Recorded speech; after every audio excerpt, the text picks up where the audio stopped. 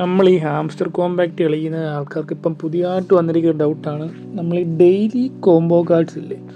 അതായത് നമുക്കിപ്പം ഗെയിം തുടങ്ങുമ്പോൾ തൊട്ട് നമുക്ക് ഓരോ മെഷീനാണ് ഇപ്പോൾ ഡെയിലി കോംബോ കാർഡ്സ്, നമ്മൾ ഡെയിലി സൈഫർ, പിന്നെ ഡെയിലി റിവാർഡ്സ്. ഇത് മൂന്നും നമ്മളിപ്പം ഗെയിം തുടങ്ങുമ്പോൾ തൊട്ടുള്ള കാര്യങ്ങളാണ്.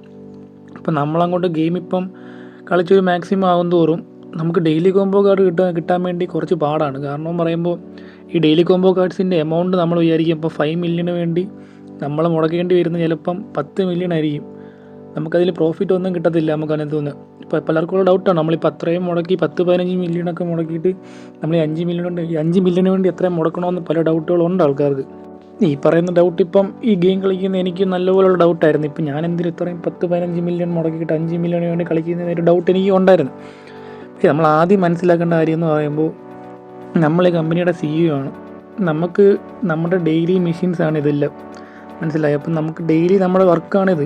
ഈ വർക്കുകൾ നമ്മൾ ചെയ്തേ പറ്റത്തുള്ളൂ. കാരണം എന്ന് പറയുമ്പോൾ ഇതൊരു ഗെയിമാണെന്ന് ഇവർ തന്നെ പലവട്ടം പറഞ്ഞിട്ടുണ്ട്.